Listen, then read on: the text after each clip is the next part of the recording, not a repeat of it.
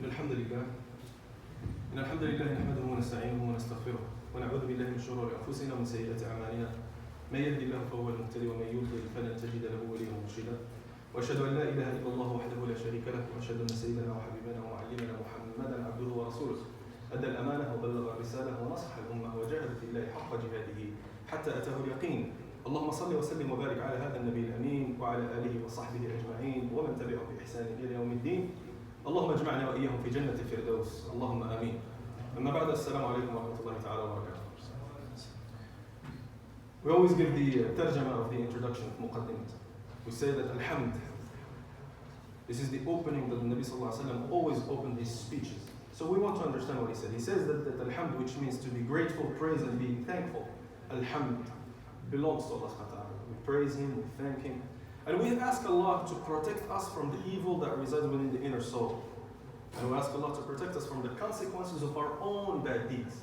Verily, he who Allah guides should never be misguided. Don't worry about him, he's okay. And he who Allah leaves astray will never find a friend or an ally to bring him or her back to the straight path of al-Islam, to the Sirat al-Mustaqim. I bear witness, ashhadu, I bear witness that there are no gods worthy of worship except Allah subhanahu wa ta'ala.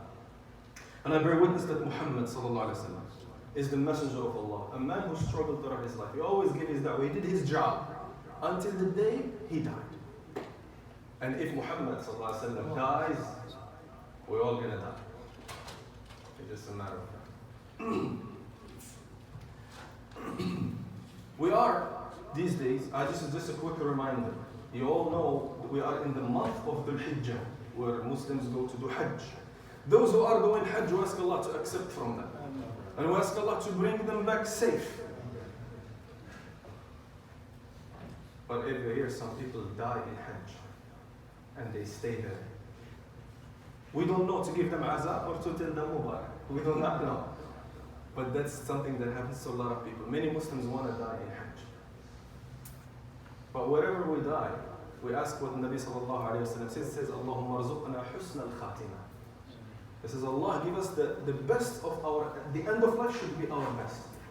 Husnul khatima. And we do not know when this khatima is going to come, this finish. We don't know. It's going to be today, it's going to be in 1 million years, we do not know. The problem here, Muslim, is imagine you pray, you fast, you do siyam, you do roza, you give your charity, your khairat and everything, and then you go out of the way of Allah, and then you die.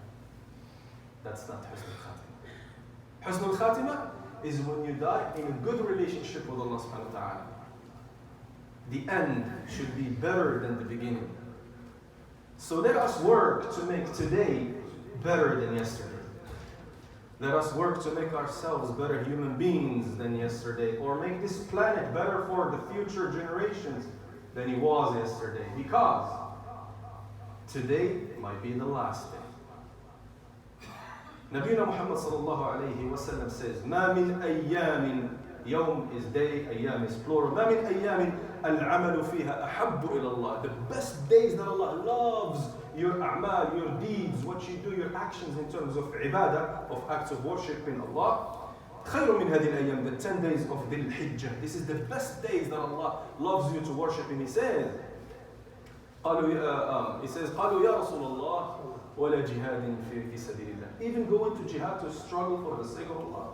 These days are better. I mean, your normal deeds, your prayers, your fasting, your adhkar, your zikr, or your charity, your sadaqah, better than jihad? He told them yes.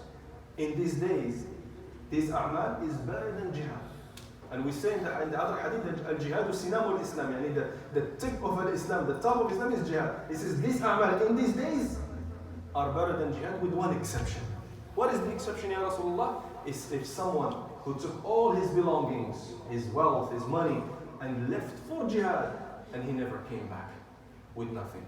إلا من خرج في سبيل الله بنفسه وماله ولم يرجع بذلك من شيء. يعني خلاص, he went and he died as shaheed, and he left, he took everything with him. That's the only one that tops you. So you are here in your city, in your house, in San Diego, and you have the chance to do some a'mal better than jihad, better than struggling, which is what?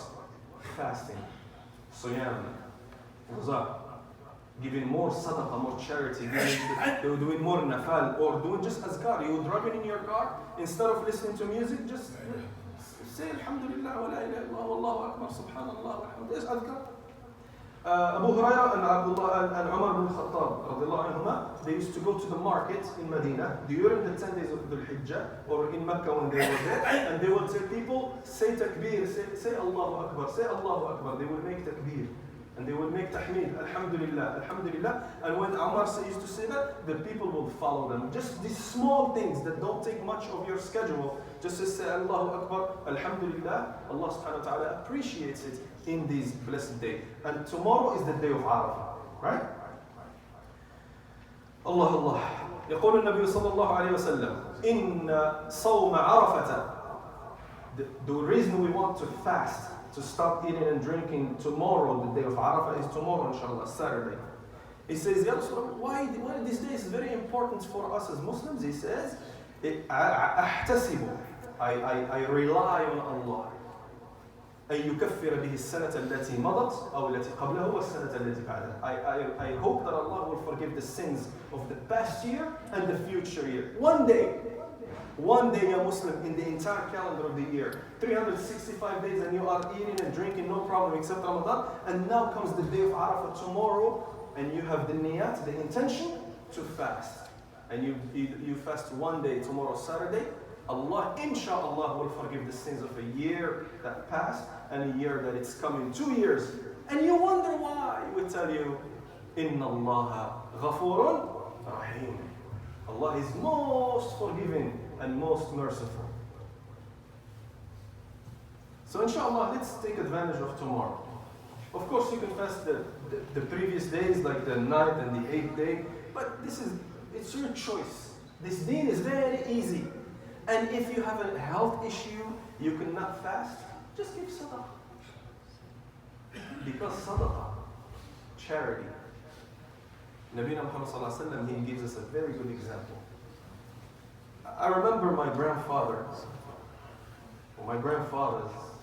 they had the most precious thing they have is their horse. They have this small tiny horse, it's born and they take care of it and they feed it to raise that horse, and when the horse is nice and beautiful, they don't even ride it, take a picture of it, take it to the horse show and walk through the village, and that the horse becomes like very beloved. They love their horses, right? Nabi Muhammad says, if you give a small sadaqah, Allah takes your sadaqah and he grows it like you are raising a horse. يربيها لك أو يربيها لكم كما يربي أحدكم فرسه. Why did he make this comparison between a horse and sadaqah? Is because he wants to make an emotional bond between you and the sadaqah. He says, yes. Just like you love that, or in today's terms, maybe your beautiful car. Imagine how you buy a nice car and then you put spoilers on it and rims and tires. And you hook it up carbon fiber everywhere, and you put a nice stereo in it with Bose surround sound, and you even put a screen there with television, and you put a turbo on it, has the boost. No, I'm not getting too mechanical today, because I have some young brothers who love this stuff. I know you do. Don't you love that car more than anything? Your first car, you took good care of it. My friend, his name is Yamal. He said his best car is his 1969 Volkswagen. 1969 old Volkswagen. He loves that car. Right? So that emotion, but he says, just like you love that car, or you love that small horse that you're going to grow, Allah subhanahu wa ta'ala will grow the sadaqah for you. He will take care of your sadaqah, just like you take care of your horse, your pony, or in this stage you take care of your car. He will take care of it as something so cherishable, so beloved to your heart. Allah will be like this with your sadaqah. Until the day of the Yawm al-Qiyamah. And you show up in front of Allah, and He will show you a mountain bigger than the mountain of Uhud. And you ask, Ya Rabbi, what is this mountain? He said, this is your hasanat, your good deeds. Hasanat? Did I do this much? He said, you remember that small sadaqah you gave? Allah keep increasing it and increasing it and increasing it until it became a mountain. And that sadaqah probably will save you and save your family. Small khayrat, small tiny one. Do not underestimate. I was in one lecture for one sheikh. May Allah give him a long life. Sheikh Wajdi says, one time they asked me to give sadaqah, I didn't have cash on me, I had 1 penny. 1 penny in my pocket. I said, I was embarrassed to pull 1 penny. Yeah, I have a ATM card, but I don't have cash. I'm big Sheikh, I'm going to give 1 penny. He is a doctor, he has 2 PhDs. This guy makes a lot of money, he has money. So money is not an issue. He said, but I was kind of embarrassed to give 1 penny. He says, wait a minute. Didn't Rasulullah sallallahu alaihi wasallam, he says that the sadaqah you give small, you don't even pay attention to it, maybe it will increase. He says, Allah, I pulled it. He says, brother, this is all I have on me.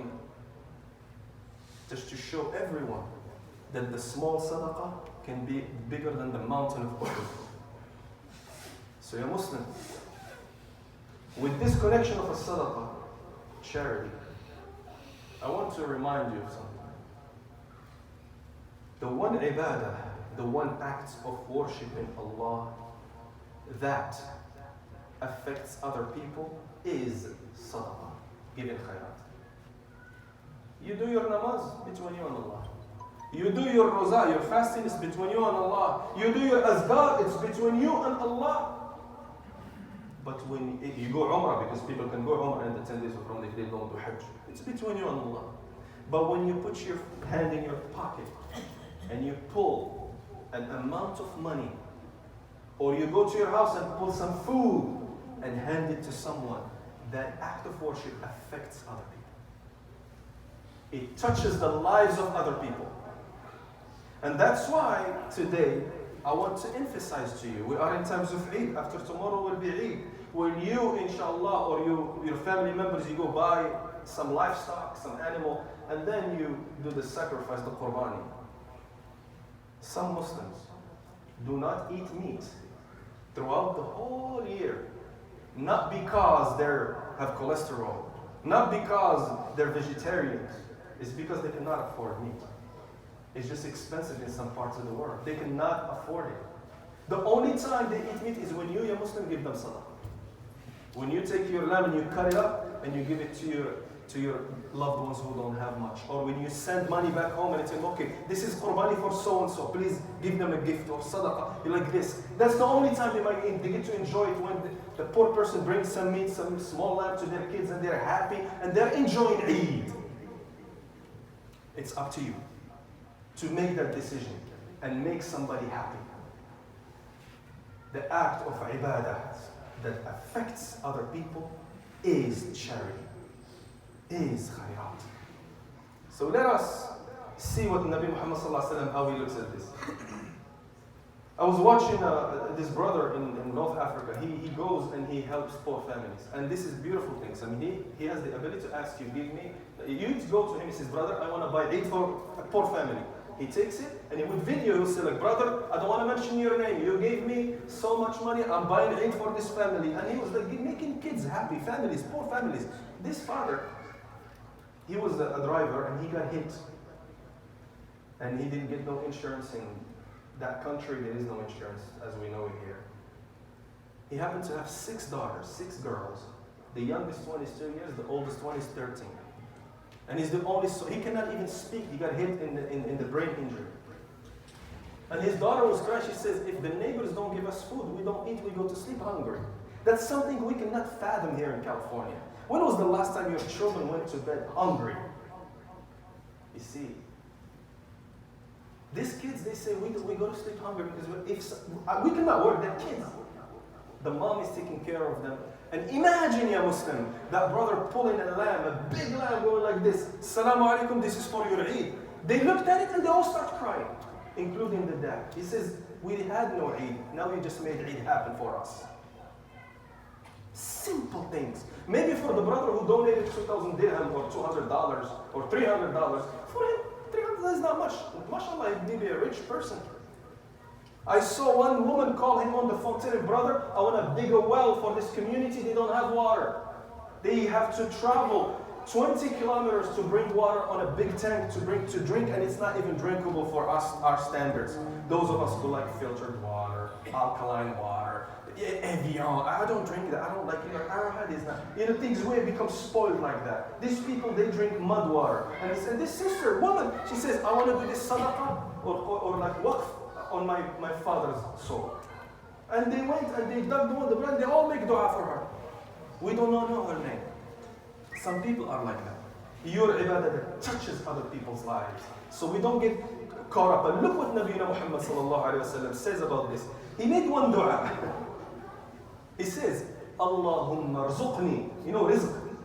You know, every Muslim knows what rizq means, your sustenance. Rasulullah is asking for rizq. What type of rizq you are asking for, Ya Muhammad sallallahu alayhi wa sallam? He says, Allahumma rzuqni hubb al-masakin. Give me the rizq. What rizq? I want the love of poor people. You all know miskin. Miskin how, right? Miskin. He says, oh Allah, give me the love of the miskin. Ya Muhammad sallallahu alayhi wa sallam, what is this? Why? Because you only care about people when you truly love them. See Muhammad sallallahu alayhi wa sallam, how deep he goes. And you wonder, we tell you here that Nabiina Muhammad sallallahu alayhi wa sallam is the best human being ever existed on this planet. He's asking Allah to love poor people. And let's see why. Nabiina Muhammad sallallahu alayhi wa sallam is teaching us where to put ourselves in society, where the balance comes from. Abu Dharr al-Ghifari radiallahu anhu. Interesting story. Inshallah, I would love to tell you the story of Abu Dharr al-Ghifari. But this is not our topic today. Abu Dharr is a very, very, very important sahabi in our history. Inshallah, I will tell you this story one day. Abu Dharr al-Ghifari said, he didn't say, you know the word amr. Amr is order, command, right? He says, he didn't say, the Prophet commanded me. No. He says, Amarani Khalili. Khalili is my close beloved friend. You know, Ibrahim al-Khalil is the Khalil of Allah. So Abu Dharr says, my Khalil, my closest beloved friend, commanded me. Who can say that? Who can talk about the Prophet as being my closest beloved friend? Except Abu Dharr al-Ghifari. Another Sahabi says, Amarani Habibi. Habibi is my beloved. Amarani Khalili. What did he command you, Ya Abu Dharr? He told him, Amarani Khalili sallallahu alayhi wa sallam bi sab'in. 7 things. What are they? He says, Amarani bi hubb al-masakin. He commanded me to love poor people. وأمري أن أنظر إلى من هو دوني ولا أنظر إلى من هو فوق. He commanded me to look at someone who's below me and not look at someone who's above me. You see, when we look at people above us, you have a nice car, you have a nice house, but you go drive through La Jolla or Rancho Santa Fe and this guy has a big mansion, $12 million house and a bunch of Bentleys parked in front of his house. You look at yourself, I'm poor, I want that. Look at my life is miserable. Or your kids, I only have my room. My dad only bought me one car. Oh my God, Dad, I don't like a Corolla, I want a Porsche. Because I'm going to be up there. But Nabi Sallallahu Alaihi says, look at the one who's beneath you, not the one who's above you. Look at that person. I was walking the beach one day. I took a walk with one of my friends. And I'm walking and I'm thinking about my life and what I should do and how can I come up with a deposit for a house? How can I, Ya Allah, and I'm talking about my career. You know, my car needs an oil change. Can you believe it? I only have one car. I only have one car. I only have my health. You see, I want more and I want more. Tabi'atul insan, you know what I mean? And then I see a person walking, wallahi, you know those kids who are born with, what do you call it, cerebral cerebroplasia. When the brain grows out of the skull and the kid is going like this, cannot walk. And his dad is the kid cannot walk. He's drooling, cannot speak, cannot talk. He cannot be educated. He's a burden on his family until the day he dies. His mom and his dad have to take care of him. And if you ask that child, he was probably 19 years old, cannot walk. If you ask him, what is your life dream? He'll probably tell you, I want your legs. Or probably, I want your tongue so I can speak. And I looked at him and I said, Ya Allah, I'm the richest man in the world. I'm the luckiest man in the world. Wallahi, I never made Alhamdulillah enough. Wallahi, my problem is I don't say Alhamdulillah enough. That's my problem. I realized how much I don't have gratitude and thankfulness to Allah subhanahu wa ta'ala. Because you think I'm better than that person with disability? You think we're better than them? You think you're sitting in this masjid, you think you're better than other Muslims who are not in this masjid? Wallahi, we do not know. Wallahi, if I see a Muslim drinking alcohol, wallahi, I think he's better than me. You don't know. We do not know what's inside the qalb. They might have some misguidance, some ma'siyat, some guna going with them. Maybe, but they die shaheed. Maybe they die giving charity, doing something good. And maybe I'm giving you a khutbah today, and you don't know how I'm gonna die tomorrow. Because all our hearts are in the hands of Allah subhanahu wa ta'ala. So be very careful how you look at people. Don't you ever think that you're better than someone. Because Allah might test you. I had a friend when I was in college. He was my beard down to here, good Muslim. He always, no. 5 years later, I see him, no beard, ear piercing, tied everything, and he's holding hands with some girl. And I said, Ya ilaha illallah. You know what he told me? He told me, brother, my fitna came in my deen. I know I'm doing wrong. Just make dua. He knows it more than I did. So we cannot judge people. We can only help people. Let's see, he says, he told me to look at someone who's beneath me and not someone who's above me. وَأَمَرَنِي أَنْ أَصِلَ الرَّحِمَ وَإِنْ أَدْبَرَتْ Allahu Akbar. أَصِلَ الرَّحِمَ وَإِنْ أَدْبَرَتْ 4 words. These 4 words, wallah, you can write a book of psychology about it. He commanded me. You know, Silatul Rahim is when you keep a connection with your family members. Is people of kinship. That's called Silatul Rahim. قال وأمرني أصل الرحم وإن أدبرت. He commanded me to keep connecting with my family members even if they reject me. Even if they reject you. I was like, so I called him, the guy didn't answer, told me that, you want me to call him back? No, I don't call nobody. That's us today. But Rasulullah sallallahu alaihi wasallam, he says, no, take your ego and throw it away. Because you're doing business with Allah, you're not doing business with people. You know what I say when I live to say this? In May, I was in Morocco. You all know I was in one vacation. I was with my mother. And she told me that she has a problem with some family member. They don't never come to visit us. I told them, Mom, why not? She says, they don't like me anymore. I said, what did you do to them? She said, I don't attend the weddings anymore. I said, what do you mean you don't go to their wedding? He says, because I go to their wedding to give them mubarakat, for give them a gift. All I see, men with women mixing, dancing together. Loud music. And not only that, they boast in their money. They bring this expensive singer. They have a long limousine. They go to this big hotel. While we have family members in our village who are poor. They don't have food. They don't have medication. She told me this is waste of money. And then it's haram to have men and women dancing. They're not mahram. You know what I mean? She says, I go the day before. I say Mubarak, I give them the gift, and I don't go through the wedding. Now they tell me, oh, you're too arrogant. This is new religion. What kind of religion is this? This is not Islam. You're just too arrogant to stay with us. So they make qati'at, which is like disconnecting the family. You know what my mother said? He says, Wallahi, my mom never been to school, by the way. She doesn't have her name is not Sheikh Fatima, by the way. She doesn't have a PhD in Sharia. She does not memorize Quran. She's a woman who grew up in a village with no resources. And she tells me, I will go to their house, I will knock at the house, I will visit them until the day they push me out of their house. And she does not know this hadith. She does not know it. It's all by fiqh. All by innateness. And that's what the Nabi Sallallahu Alaihi Wasallam says, even if people reject you, you should always be positive, you always be proactive. Because you're not begging them to accept you. You're just doing your duty, your job with Allah subhanahu wa ta'ala. And he says, وَأَمَرَنِي أَنْ أَقُولَ الْحَقَّ وَإِنْ كَانَ مُرًّا. He told me to say the truth, even if it's sour, it's bitter. Al-haqq. Even if you cannot taste it. وَأَمَرَنِي أَلَّا أَخَافَ فِي اللَّهِ لَوْمَةَ لَائِمٍ. And he told me not to fear anyone but Allah subhanahu wa ta'ala. If you have to say or do something right.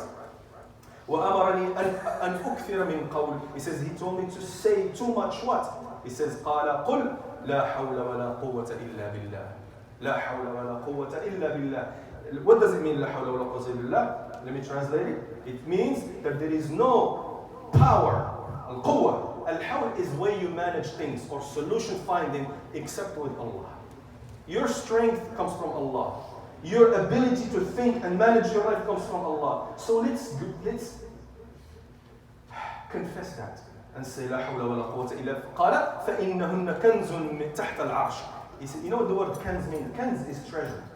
Kanz, treasure. This لا حول ولا قوة إلا بالله is a treasure hidden under the throne of Allah, under the arsh of Allah subhanahu wa ta'ala. Is it hard for you to say لا حول ولا قوة إلا بالله? Is it cost you anything to say لا حول ولا قوة إلا بالله? When you are what? You're taking a gift, you're taking a treasure from the throne of Allah subhanahu wa ta'ala. أقول ما تسمعون وأذكركم باللهم ارزقنا حب المساكين. Allah.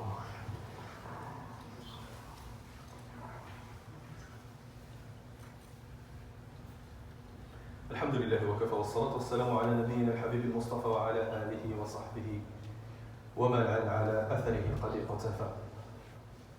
يعني if we keep going with the hadith of Nabi sallallahu alayhi wa sallam, if we keep going with the ayat of the Quran supporting this subject, I'm just going to give you a reminder because my time is up. Number one, the ibadah, the act of worship that will help you touch other people's lives is sadaqah. Charity. They say that everybody everybody dies, but not everybody lives. What does it mean, not everybody lives? We might exist. The fact that you're eating food and you're sleeping, all the animals, they do the same thing. The spiders in my house and the cockroaches under my kitchen sink, they do the same thing. They eat and they sleep. They procreate, they have children. So we're not doing something special that nobody else done before. Look at me, I'm so special. What? I had lunch today. Wow, you ate food. Everybody does that. That means that you just exist. Everybody dies, but not just everybody lives. You know how you live? When your life goes beyond the limits of your physical body, when your life touches other people's lives and makes it better, that's real life. For that reason, sadaqah helps you make other people's lives better. Number two, we said, Nabi Sallallahu Alaihi Wasallam says, Allahumma arzuqna hubb al-masakin. Allah, allow us, give us the love of the poor people. And how can you love some poor people if you're always looking up top? No, look to them, the one who beneath you, and say, look, I'm so much luckier than them. And even in psychology, they say when you give and you help other people, it gives you a boost of confidence and happiness from within. And again, the opposite of humility is arrogance, kibr. When someone is arrogant, that's something we do not do. يقول معاذ بن أنس الجهني رضي الله عنه عن النبي صلى الله عليه وسلم من ترك اللباس تواضعا لله وهو يقدر عليه دعاه الله يوم القيامة على رؤوس الخلائق حتى يخيره من أي حلل الإيمان شاء يلبسها. If someone has the ability, has money to dress and look very rich. Back in the day, it's not like you're wearing a tie and a suit. No. Back in the day, it was gold. It was, jewelry. And the coats will be long and they'll be dragging the coats. It's not like today. Back in the day, boasting, that your money through dressing and clothing was like the emperors. They used to wear all this big stuff anyways. He says, if someone can afford to dress better than everybody, but they choose not to. They choose not to boast their money. Nowadays, it'll be like jewelry or watches or whatever. I saw in Dubai, they had a phone for $3 million because it has all diamonds all around the phone. I said, does it connect you with Jannah or something that you call somebody? It's going to be the same thing. You go to my house, you have no network. You'll be like, can you hear me now? Can you hear me now? It's the same phone. But subhanAllah, someone chooses to carry with them a $3 million phone.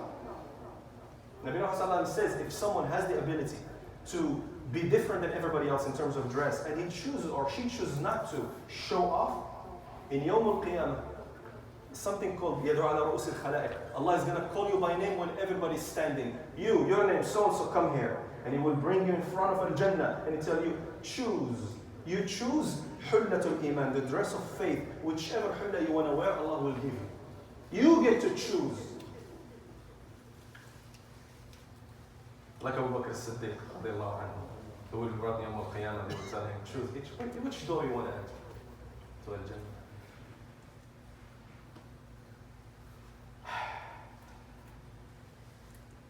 So let's remind ourselves to start living and not just merely existing. Because what we have today, a lot of people don't. You have your sihat, your health today, tomorrow you don't have it. Our Imam, our Sheikh just went through surgery and his sihat is struggling. Imam, hayatullah. Put your hands and make dua for him to give him shifa inshallah. اللهم اشفه وعافه واعف عنه. اللهم اشفه من كل امراض يا ارحم الراحمين. اللهم رد الى اهله سالما غانما يا ارحم الراحمين. اللهم رده الى مسجده ومنبره سالما غانما صحيحا يا ارحم الراحمين. اللهم اشفه واعف عنه وعافه يا ارحم الراحمين. اللهم اشفنا واشف جميع المسلمين يا ارحم الراحمين. اللهم اغفر لابائنا وامهاتنا يا رب العالمين. اللهم اغفر للمسلمين والمسلمات يا ارحم الراحمين. اللهم انصر الاسلام وعز المسلمين. اللهم انصر الاسلام وعز المسلمين وارفع بقوتك كلمه الحق والدين يا ارحم الراحمين يا رب العالمين. اللهم ارحمنا جميعا يوم اللقاء يا رب العالمين. عباد الله ان الله وملائكته يصلون على النبي يا ايها الذين امنوا صلوا عليه وسلموا تسليما. اللهم صل على محمد وعلى ال محمد كما صليت على ابراهيم وعلى ال ابراهيم وبارك على محمد وعلى ال محمد كما باركت على ابراهيم وعلى ال ابراهيم في العالمين انك حميد مجيد. وارض اللهم عن سادتنا ابي بكر الصديق وعمر الفاروق وعثمان بن